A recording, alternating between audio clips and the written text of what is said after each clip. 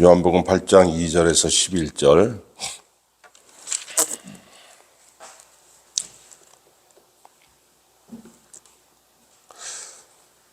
같이 읽겠습니다.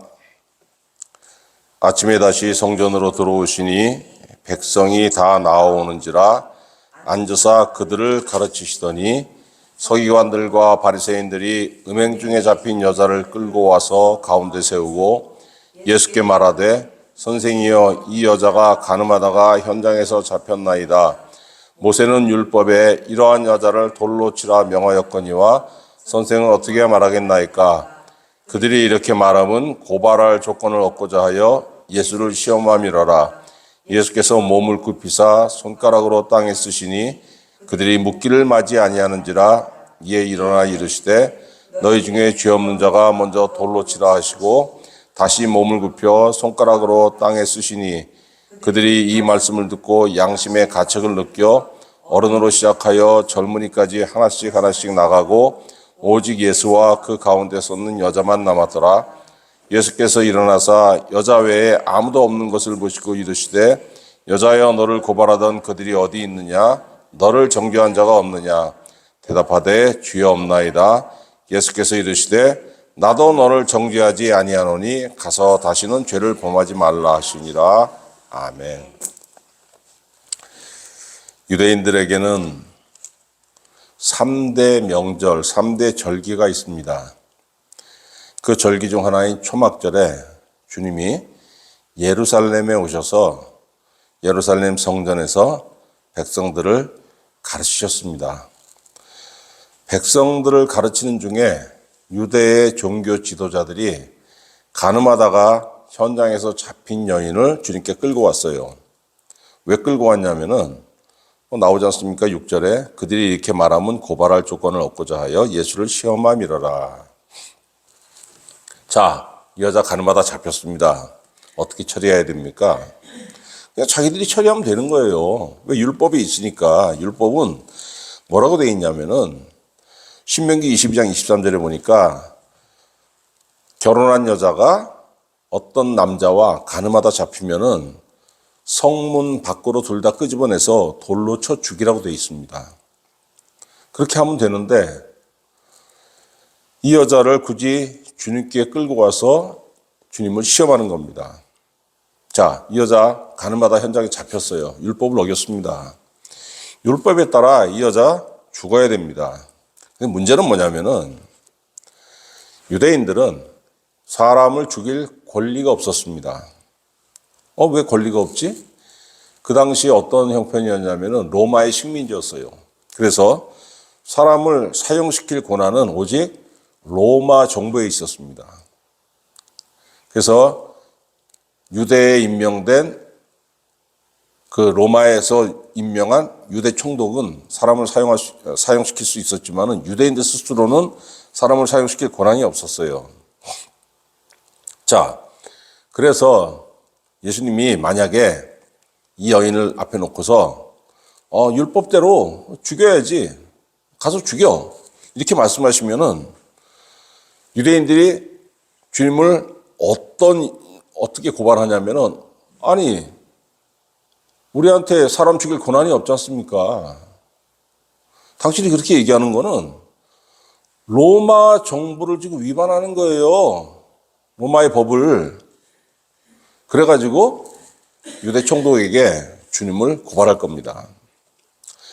여러분, 그 복음서를 읽어보면은 유대의 종교 지도자들이 예수님을 십자가에 못 박을 때에도 같은 방법을 사용했습니다. 자, 유대의 종교 지도자들이 예수님 죽인 이유가 뭡니까? 종교적인 이유예요, 종교적인 이유. 마태복음 26장 63절에 보니까 네가 하나님의 아들 그리스도인지 우리에게 말하라. 겟세마네 동산에서 주님을 체포해가지고 대제사장의 관저에 끌고 갔잖아요. 거기서 묶어놓고 신문하는 거예요. 네가 하나님의 아들 그리스도인지 우리에게 말하라. 예수께서 뭐라고 하셨냐면은 이후에 인자가 권능의 우편에 앉아있는 것과 하늘 구름을 타고 오는 것을 너희가 보리라, 이렇게 말씀하셨어요. 내가 바로 하나님의 아들이고 내가 바로 그리스도다, 이렇게 말씀하신 겁니다. 그러니까 대제사장이 자기 옷을 찢으며 이르되 그가 신성모독하는 말을 하였으니 어찌 더 증인을 요구하리요. 보라, 너희가 지금 이 신성모독하는 말을 들었도다. 너희 생각은 어떠하냐? 이렇게 물어보니까 그는 사형에 해당하니라.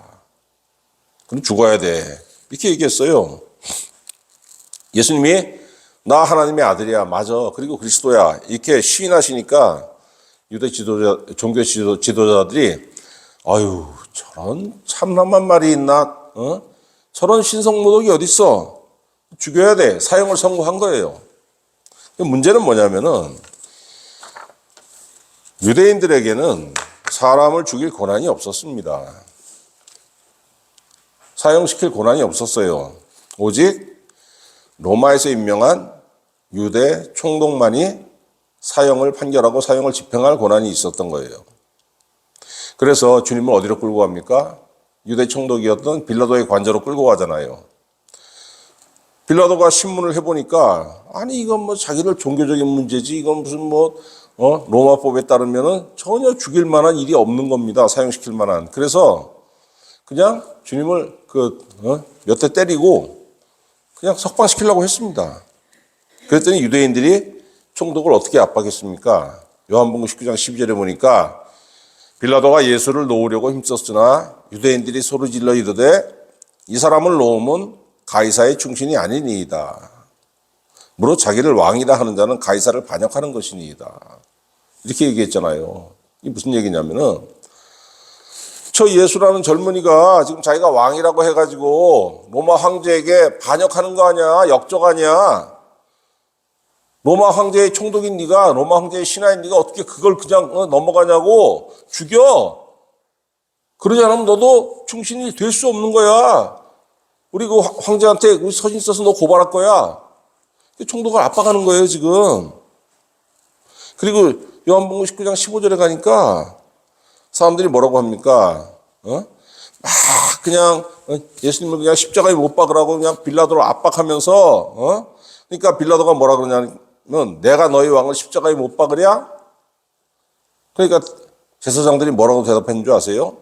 가이사 외에는 우리에게 왕이 없나이다. 이렇게 얘기하고 있어요. 예수님 죽이기 위해서 가이사 외에는 우리에게 왕이 없나이다. 이 얘기를 하고 있는 겁니다. 여러분 유대인들 어떤 인간들입니까? 하나님만이 우리의 왕이라고 믿고 고백하고 그 신념대로 사는 사람들이에요.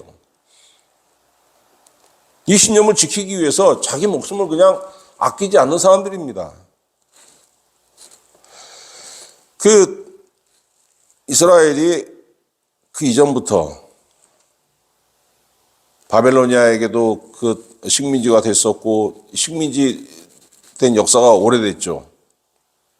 몇백 년째인데 로마 정부 지금 따지면은 지금 한 500년 이상 식민지로 살았는데 이스라엘을 가나안 땅을 식민 통치하던 그 어떤 정부도 유대인들에게 자기들의 종교를 강요하지 않았습니다. 왜?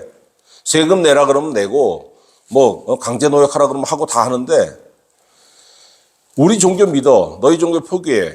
이것만 하면 반란이 일어나거든. 그러니까 쟤네들은 종교건드리면 큰일 나. 그러니까 종교는 그냥 자기들 종교 믿으라고 허락하고 세금만 착실히 내라 그러면 돼. 이런 사람들이에요. 그런데 그런 사람들이 예수님을 죽이기 위해서 자기들의 신념을 그냥 컨시아처럼 버리고 있지 않습니까? 가이사 외에는 우리에게 왕이 없나이다. 왜 그랬어요? 주님이 그만큼 무서웠기 때문입니다. 주님이 한번 가르치시기만 하면 사람들이 그냥 주님에게 반해가지고 그냥 실제로 왕이 되어주세요. 요한복음 6장에 보니까 그냥 예수를 왕 삼으려고 했지 않습니까? 임금 삼으려고. 빌라도가 도저히 못 견디겠으니까 자기가 주님을 죽이지 않고 그냥 석방하려고 하니까 밀란이 날라 그러는 거예요. 반란이 일어나려고 그러는 거예요. 그러면 이제 총독으로서는 큰일 나, 자기 정치 생명이 위험하니까 물을 떠다가 어떻게 하냐면 손을 씻는 거예요. 니들이 죽이라고 하니까 내가 죽이겠는데 나는 이 사람 죄가 없어 내가 보니까. 나는 이 사람이 흘리는 그 무죄한 피해에 대해서 나는 아무 상관이 없어. 그 무죄한 피를 흘린 대가를 너희들이 당해라 하니까 유대 지도자들이 뭐라고 합니까? 그 피를 우리와 우리 자손에게 돌릴지어다. 이렇게까지 얘기하고 있습니다. 무죄한 자의 피를 흘리는 것이 얼마나 큰 것인지 이방인 총독은 알고 있었는데 유대인들은 몰랐어요. 그런데 어떻습니까? 그 이후에 유대인들의 삶이 2000년 동안 방랑의 삶이었잖아요. 핍박받는 삶. 자, 여러분 이렇게 예수님이 그 여인을 죽이라고 하면은 유대인들이 로마 법으로 주님을 걸어서 고발할 거예요. 그런데 그렇지 않고 주님이 죽이지 마. 그냥 놔주자. 그러면 유대인들이 뭐라고 하겠습니까? 주님한테. 아니, 이 인간 뭐야? 왜 율법을 거슬려? 율법이 죽이라고 했는데 왜 죽이지 말라고 하는 거야? 이거 율법을 거스르는 인간이네? 랍비라고 하면서 율법을 거스린다고 딱 낙인을 찍을 거예요. 여인을 용서해줘라고 해도 안 되고 여인을 법대로 죽이라고 해도 고소당하고 주님이 지금 진퇴양난에 몰린 겁니다. 나아갈 수도 없고 후퇴할 수도 없고. 예수님 어떻게 했어요? 손가락으로 땅에 글을 쓰셨어요. 그래서 왜 그랬냐면요. 지금 막 후끈 달아올랐지 않습니까? 여자를 끌고 와가지고 그냥 살기가 등등한 거예요. 가늠하다 잡혔는데 이거 어떻게 해야 돼요? 막 그냥 저기 당장이라도 무슨 뭐 큰일 날 것처럼 그냥 다들 흥분해가지고 씩씩거리고 있단 말이에요.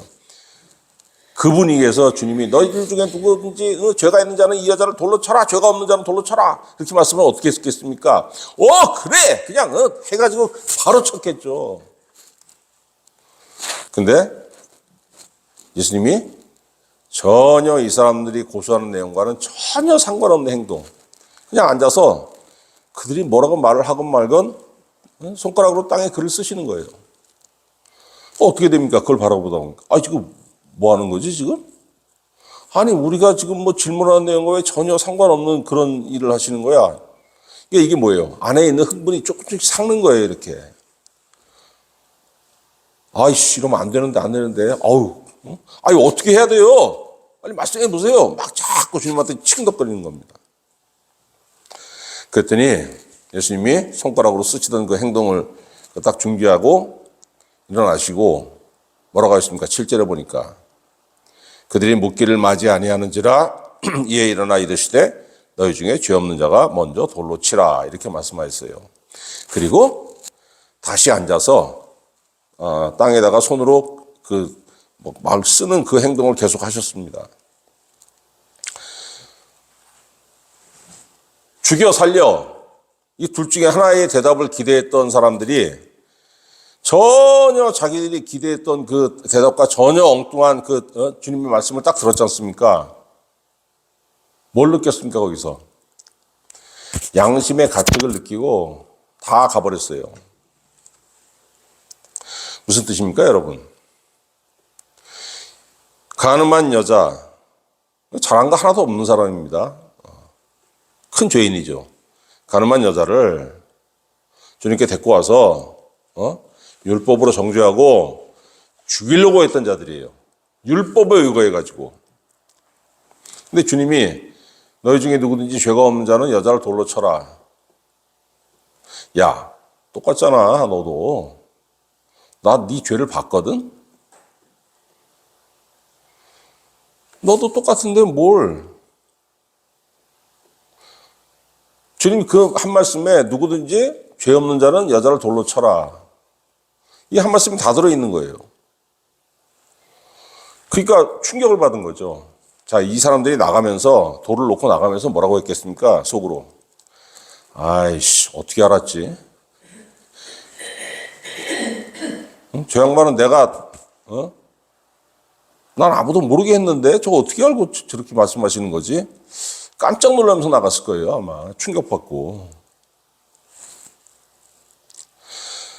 여인과 주님 단 둘이 남았습니다. 예수님 뭐라고 했습니까? 10절에 보니까 여자야 너를 고발하던 그들이 어디 있느냐? 너를 정죄한 자가 없느냐? 이렇게 물어보시니까 여자가 뭐라고 합니까? 주여 없나이다. 예수께서 이르시되 나도 너를 정죄하지 아니하노니 가서 다시는 죄를 범하지 말라. 이렇게 말씀하셨어요. 이게 중요한 게 뭐냐면은 다시는 죄를 범하지 말라. 나도 너를 죽이려고 안 한다. 내가 너를 살게 하는데 중요한 건 뭐냐면 이 이후로 다시 죄를 범하지 말라는 거예요. 이 여자 이제 여러분 거기서 죽어야 되는 여자인데 주님이 없었으면 죽었습니다. 죽을 수밖에 없는 여자인데 주님이 살려주셨잖아요. 덤으로 살게 되는 거예요. 그 여인의 삶에 부담을 얹으신 겁니다. 절대 그러면 안 돼. 다시는 죄를 범하지 말아라. 주님이 만약에 이 조건을 걸지 않으셨으면 어떻게 됩니까? 용서를 가볍게 여기는 거죠. 뭐야. 죽을 줄 알았는데 안 죽었네? 뭐 또 죽겠어? 또 행하는 거예요. 어떻게 됩니까, 그러면? 결국은 죄로 인해서 이 여자 죽는 거예요. 여러분, 요한복음 5장에 보면 예수님이 베데스다 연못가에서 38년 된 병자를 고쳐주시고 난 다음에 그 여자에게, 그 사람에게 뭐라고 하십니까? 요한복음 5장 14절에 보라 네가 나았으니 더 심한 것이 생기지 않게 다시는 죄를 범하지 말라. 이렇게 말씀하고 계십니다. 사람이 그 병 걸리는 원인이 여러 가지가 있는데 요한복음 5장 그 베데스다 연못가의 그 38년 된 병자는 죄로 인해 가지고 그 병이 생겼다는 거예요. 내가 너를 고쳤으니까 다시는 죄를 범하지 말라. 너 또 그 짓 하면 더 심하게 네가 앓게 되는 거야. 지금 이렇게 말씀하시잖아요. 여러분, 과거는 어떻습니까? 지난 거예요. 고칠 수 없습니다. 과거에 내가 무슨 짓을 했든지 그거는 흘러간 겁니다. 그것으로 인해 가지고 내가 어떤 끔찍한 일을 당했든지 간에 그거는 이미 지나간 거예요. 내 손을 떠난 겁니다, 이미. 그런데 그 흘러 내가 아무것도 할 수 없잖아요. 근데 주님이 뭐라고 하십니까? 과거에 지은 죄 내가 용서할게. 이 이후의 삶은 내가 너를 용서했으니까 내가 너를 용서해 준 그 용서를 바탕으로 살아야 돼. 그러면은 그 용서를 해준 걸 바탕으로 삼지 않으면은 네 삶은 다시 죄를 짓게 되는 거고 이제 결국 죽을 수밖에 없어. 근데 내가 너를 용서했으니까 그 용서를 삶의 바탕으로 삼고 나면은 네 삶이 변하는데 어떻게 변하냐면 하나님께 합당한 자가 될 수 있다는 거예요. 여러분, 누가복음 5장 32절에 주님 뭐라고 하셨습니까? 내가 의인을 부르러 온 것이 아니요 죄인을 불러 회개시키러 왔노라. 과거에 죄를 지었다고 니들은 종교에 이거해가지고 저 사람 욕하잖아. 아유, 저 죄인. 그 죄인 맞아. 근데 내가 불렀어. 내가 은혜를 줬어. 회개시켰어. 과거는 지나갔어. 근데 내가 회개시켰기 때문에 그 삶이 죄악된 삶이 연장되지 않는 거야. 그 죄개한 사람은 그 삶이 바뀌는 거야. 그는 죽을 자가 아니라 앞으로 살 자야. 이렇게 말씀하시는 거예요, 여러분. 과거에 내가 죽을 자였는데 내가 주님 만나서 회개했어. 이 이후로 살아. 여자를 정죄하고 죽이려고 했던 사람들, 그 죄인이에요, 그 사람들도. 율법에 비춰보니까. 아무도 모르죠. 왜? 몰래 죄를 짓고 다니니까. 근데 주님은 어떻습니까? 주님 사람 안에 있는 거 다 아시잖아요. 그들 내면에 있는 죄를 주님이 보셨잖아요. 여러분, 이 사람도 어떤 사람들입니까?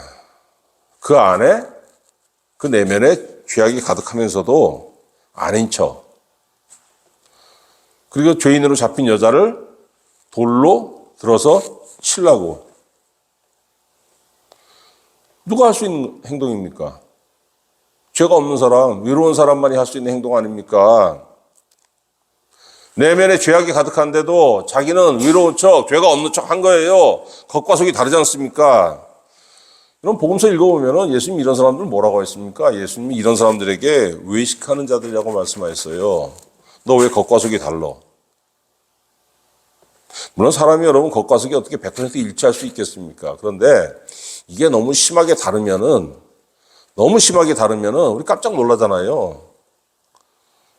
막 그냥 너그러운 척하고 해가지고, 사람이 좋아 보여가지고, 같이 밥도 먹고, 좀 같이 사귀었는데, 아니, 저 인간 알면 알수록 저거 진상이네, 저거.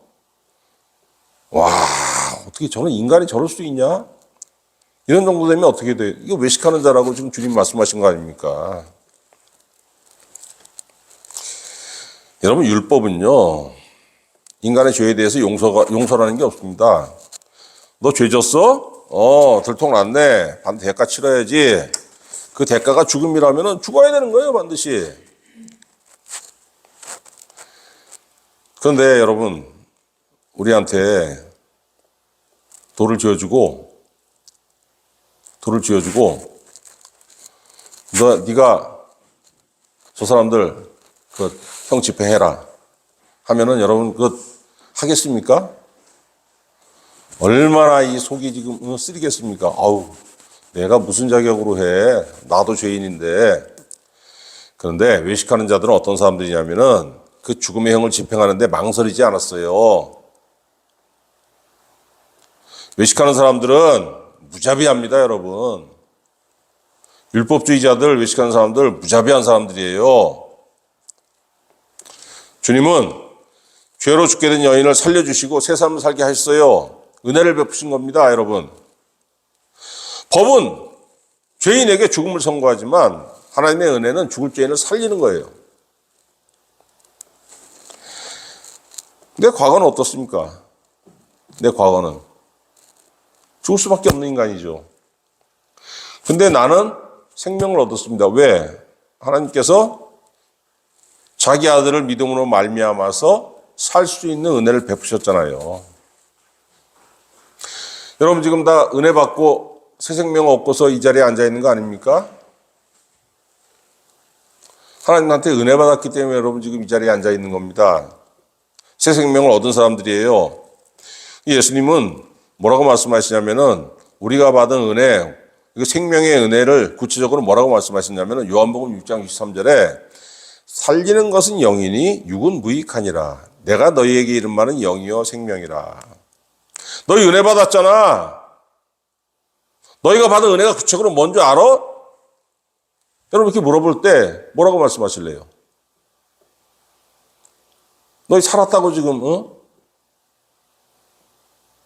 구원받았다고 새 생명 얻었다고 영생을 얻었다고 너희 지금 얘기하잖아. 그게 구체적으로 뭐야? 누가 물어보면 여러분 뭐라고 말씀하실래요? 예수님 뭐라고 말씀하시냐면은 너희를 살려준 것은 영이다. 너희에게 새 생명을 주는 것은 영이야. 근데 그 영의 실체는 뭐냐면은 내가 너희에게 이른 말은 영이요 생명이라.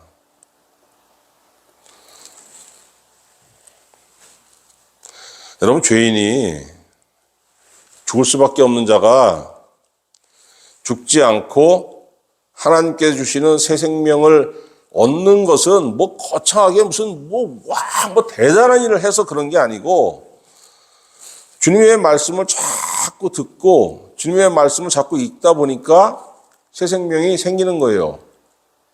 왜? 그럼 뭐가 생깁니까 여기에? 믿음이 생기잖아요. 로마서 10장 17절 믿음은 들음에서 나며 들음은 그리스도의 말씀으로 말미암았느니라. 믿음이 있는 자가 어떻게 됩니까? 하나님께서 그 사람을 옳다고 인정하시고 구원하시지 않습니까? 여러분 말씀 따라서 사는 거예요. 말씀 따라서. 살리는 것은 영이니 육은 무익하니라. 내가 너희에게 이른 말은 영이요 생명이라. 내가 너희에게 이른 말, 예수님의 말씀. 말씀을 따라서 여러분에게 뭐가 보입니까? 삶의 길이 보이는 거예요. 여러분 말씀 읽고 기도해 보세요. 여러분이 인지하든 인지하지 못하든지 간에 하나님께서 여러분이 나갈 길을 열어주시는 겁니다. 시편 119편 105절 주의 말씀은 내 발의 등이요 내 길의 빛이니이다. 정말로 주저앉을 수밖에 없는 인간, 앞길이 막힌 인간, 절망할 수밖에 없는 인간이 하나님의 말씀 붙잡고 기도했더니 부르짖었더니 그의 길이 열리잖아요. 뭐 대단한 일을 해서 열립니까? 아닙니다. 내가 주님의 말씀 붙잡고 기도했더니 주의 말씀이 내 발의 등이요 내 길의 빛이 되심으로 인해서 내가 느끼건 느끼지 못하건 내 길이 열리는 거예요. 그 길을 어떻게 갑니까? 성령이 인도하시는 거예요. 요한복음 16장 13절 진리의 성령이 오시면 그가 너희를 모든 진리 가운데로 인도하시리니. 예수님 요한복음 6장 13절에 분명히 말씀하시죠. 살리는 것은 영이니 육은 무익하니라. 육은 무익하니라.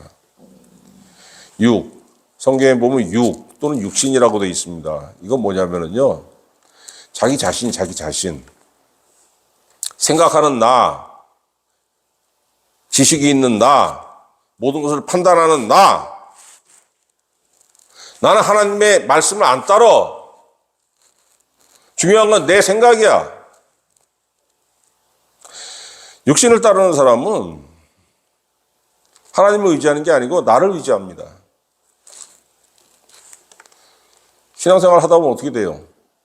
신앙생활 하기 전에는 모든 것의 판단의 기준이 나예요.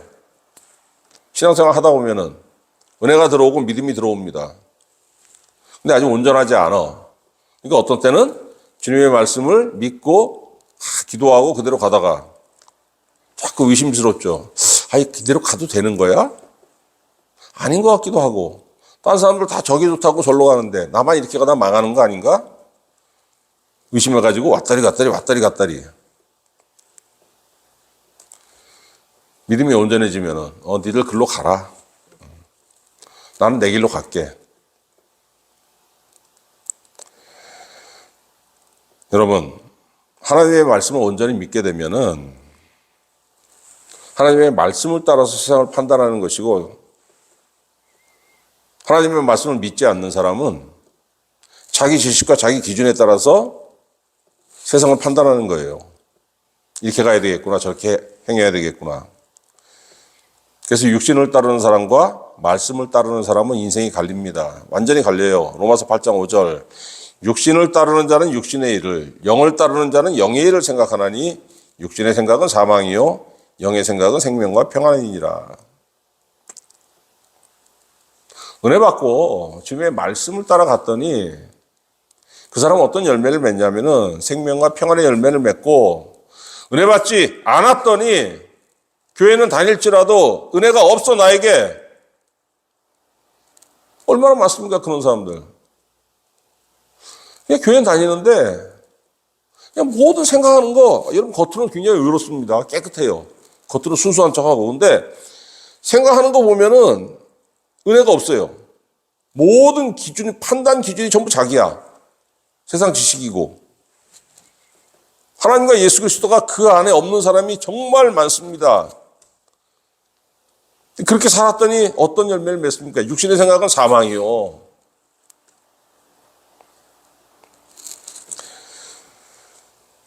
누가 하나님의 자녀입니까? 영의 생각을 따라서, 영의 생각은 말씀이죠. 말씀이 열매를 맺어 생명과 평안의 열매를 맺었더니 그가 하나님의 자녀가 되는 겁니다. 마태복음 22장 32절 부활에 대해서 사두개인들이 질문했을 때 예수님 뭐라고 했습니까? 하나님은 죽은 자의 하나님이 아니요 살아있는 자의 하나님이시니라.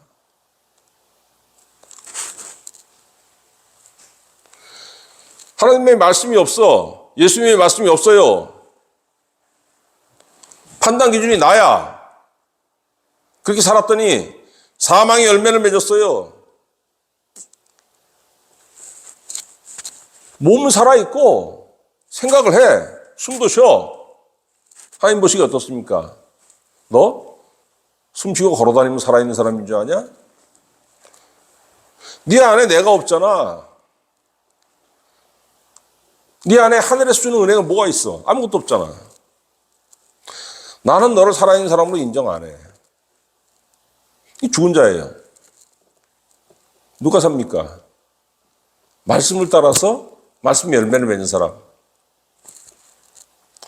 말씀을 따라서 기도한 사람. 말씀을 따라서 성령 받은 사람. 이 사람이 생명과 평안의 열매를 맺어요. 그 사람 하나님께서 딱 보시고 뭐라고 하시는 겁니까? 너 살았네. 예수님 분명히 말씀하셨잖아요. 하나님은 죽은 자의 하나님이 아니요 살아있는 자의 하나님이시니라. 그렇지 않습니까? 하나님과 아무 관계없는 일을 했는데 평생 동안 하나님과 무슨 관계가 있어요? 요한복음 11장 25절 예수님 뭐라고 하십니까? 나는 부활이요 생명이니 나를 믿는 자는 죽어도 살겠고 살아서 나를 믿는 자는 영원히 죽지 아니하리라. 왜? 육신에 살아있을 때 하나님한테 너 살아있는 자라고 인정받았으니까 그는 살아도 살고 죽어도 사는 거예요.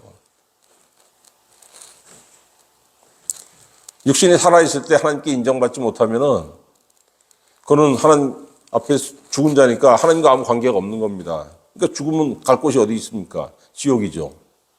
요즘은 근데 지옥 얘기를 안 하려고 그래요. 교인들이 싫어해. 이 땅에서 대박 나는 얘기 하세요.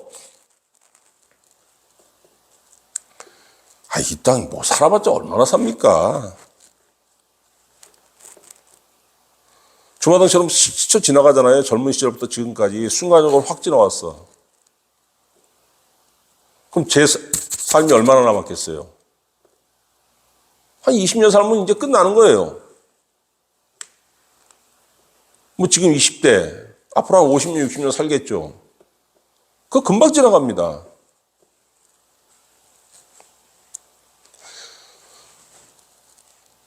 또 동창들 보면은 40대에 죽은 친구들도 있어요. 암으로. 인생이 짧습니다, 여러분. 그 짧은 시간 안에 변화받고 짧은 시간 안에 하나님께 살았다고 인정을 받은 자가 육신의 생명이 끝날 때 하나님 품으로 가는 거예요. 천국 가는 겁니다. 세상에서 대박나서 뭐 하려고요? 하나님이 살게 하면 사시는 거고 하나님께서 누리게 하시면 누리는 거고 발버둥 치고 별쳤다 해도 하나님께서 걷어가시면 아무것도 없는 게 여러분 인생이에요. 그거 무시하고 살면은 죄밖에 더 남습니까? 여러분, 주님의 말씀을 따라서 살게 되면은 그 삶에서 열매가 맺힙니다. 첫 번째는 뭐냐면 저주가 없어요. 그 인생에. 로마서 8장 1절 그러므로 이제 예수 그리스도 안에 있는 자에게는 결코 정죄함이 없나니. 예수 그리스도의 말씀을 이 심령 속에 담고 사는 사람입니다. 예수 그리스도 안에 있는 자는. 죄악으로 인한 죽음의 그림자가 그의 삶을 덮지 못한다는 거예요. 아니 뭐 자꾸 그런 얘기를 하고 그래. 뭐 누구의 삶은 무슨 뭐 죽음의 그림자가 뭐 덮어? 그런 사람 몇이나 돼? 그런 사람 많죠. 여러분 1997년 외환위기가 IMF 외환위기라 그러지 않습니까? 그 이후로 이상하게 그 TV 방송에서 텔레비전에서 귀신 얘기를 자꾸 해줍니다. 다큐멘터리 이야기 속으로 뭐 토요 미스테리 극장, 그 다음에 무슨 위험한 초대 그 미스테리 극장 뭐 경인 방송에서 그 다음에 심령 솔루션 엑소시스트 그리고 작년부터 올해 초까지 MBC에서 심야 괴담이라는 거. 이거 보면은 귀신에게 잡혀 사는 사람이 왜 이렇게 많습니까? 뭘 뜻하는 거예요, 여러분? 이거 죽음에 잡힌 자들이에요, 죽음에 잡힌 자들.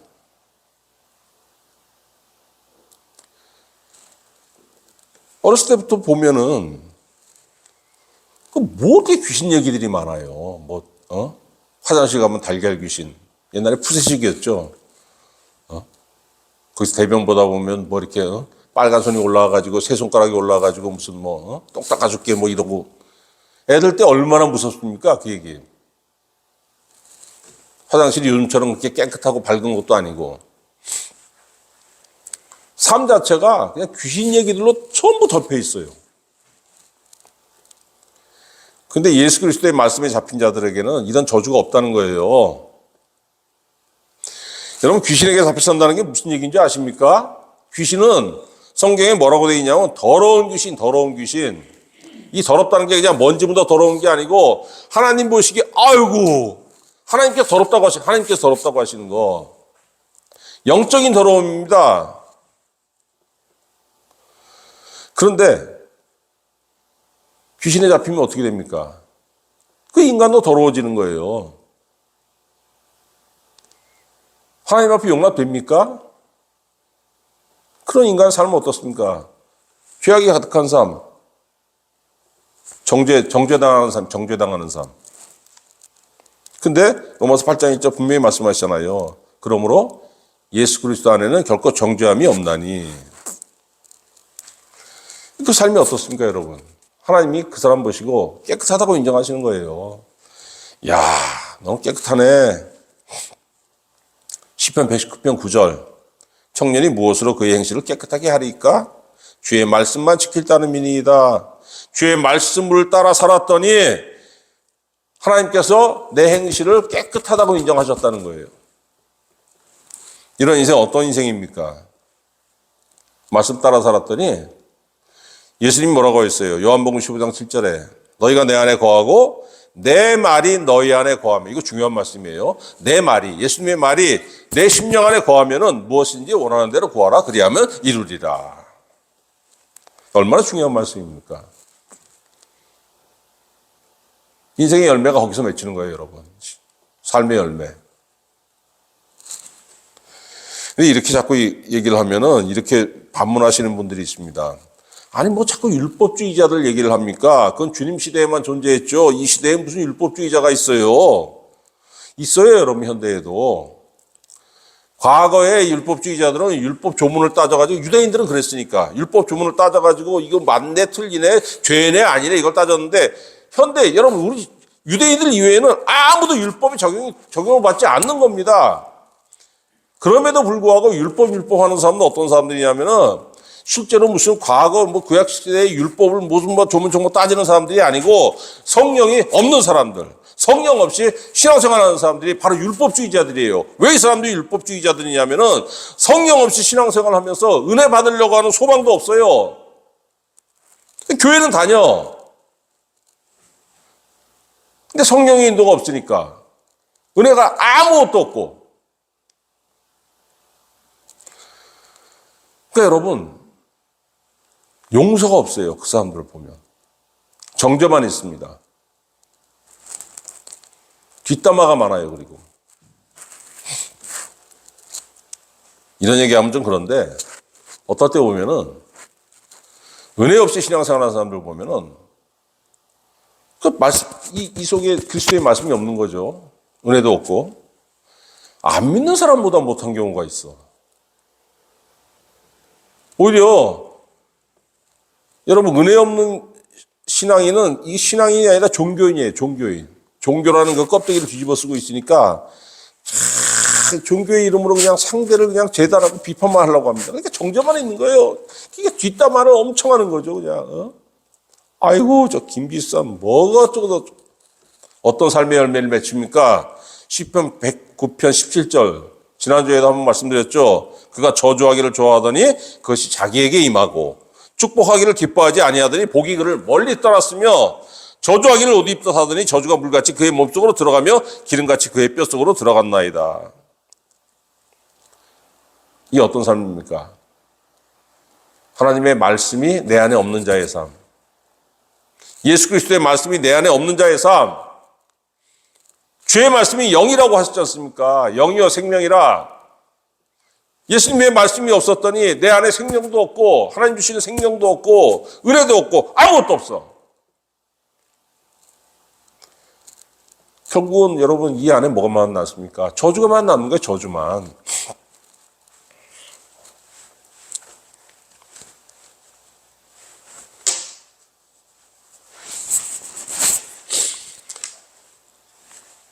여러분 사회가 물론 다 그런 건 아닌데 좀 극단적인 사람들이 우리 기독교라는 종교에 대해서 어떻게 얘기를 하냐면은, 아니 저거 기독교인들은 보면은 일주일 내내 뭐 실컷 무슨 뭐 별짓거리 다 하고 주일날 가서 사해달라고 기도하고 헌금하면 그 저들의 신이 용서해 준대. 싸구려 신이라고 조롱합니다. 근데 그 사람들 뭐 그러라고 하세요. 그 사람들에게 별 해명을 다 해도 그건 뭐 결국은 트집 잡기 위해서 그렇게 얘기하는 거니까. 근데 여러분, 주님 오늘 이 여자에게 뭐라고 했습니까? 나도 너를 정죄하지 아니하노니 가서 다시는 죄를 범하지 말라. 이 말씀은요, 주일날마다 내가 너의 죄를 사해 줄게 이 말씀이 아니고, 내 말을 너희 심령 안에 두고서 열매를 맺어서 하나님 앞에 산자가 되라는 거예요. 그럼 너희 삶에 정죄가 없어. 너희 삶에 말씀에 열매가 있을 거야. 이 말씀하시는 겁니다, 여러분.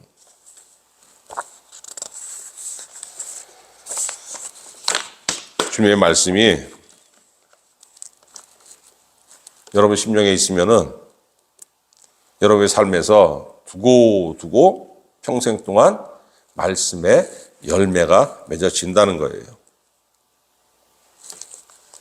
여러분 말씀이 없으면은 여러분을 지배하는 게 뭐냐면 율법입니다. 죽어요. 그러나 말씀이 있으면은 그 말씀이 여러분의 삶에서 은혜가 되고 그 말씀에 따라서 열매를 맺고 여러분의 삶 속에 생명의 열매, 평안의 열매가 넘친다고 오늘 예수님께서 우리에게 약속해 주신 겁니다. 이 은혜가 우리 성도들의 삶 속에 충만하시기를 우리 주 예수 그리스도의 이름으로 축원합니다. 기도하겠습니다. 하나님 아버지, 이 세상이 어떤 세상입니까? 세상이 정한 법에 따라서 인간의 풍습에 따라서 정죄가 난무하고 또한 정죄함으로 인하여서 그 사람에 대해서 뒷담화가 난무하는 세상입니다. 그러나 하나님 아버지, 정죄하고 뒷담화하는 이런 삶 속에 또한 아버지 하나님 그들도 똑같은 저주에 빠지는 줄 우리가 말씀을 통해서 배웠습니다. 우리 성도들 심령 속에 주님의 말씀을 심게 하시고 우리는 세상 풍조에 휩쓸리지 않으면서 주님의 말씀을 따라서 살면서 은혜 받는 자들이 되게 하여 주시옵소서. 하나님 아버지, 우리 주님께서 내 말이 너희 안에 거하면은 무엇인지 원하는 대로 구하라 그리하면 이루리라고 하신 약속에 따라서 우리 성도들 정말로 삶 속에서 많은 열매를 맺고 생명과 평안을 누리는 귀한 삶을 살 수 있도록 우리 성도들에게 은혜로 충만하게 채워 주시옵소서. 감사드리옵고 우리 구주 예수 그리스도의 이름으로 기도하옵나이다. 아멘.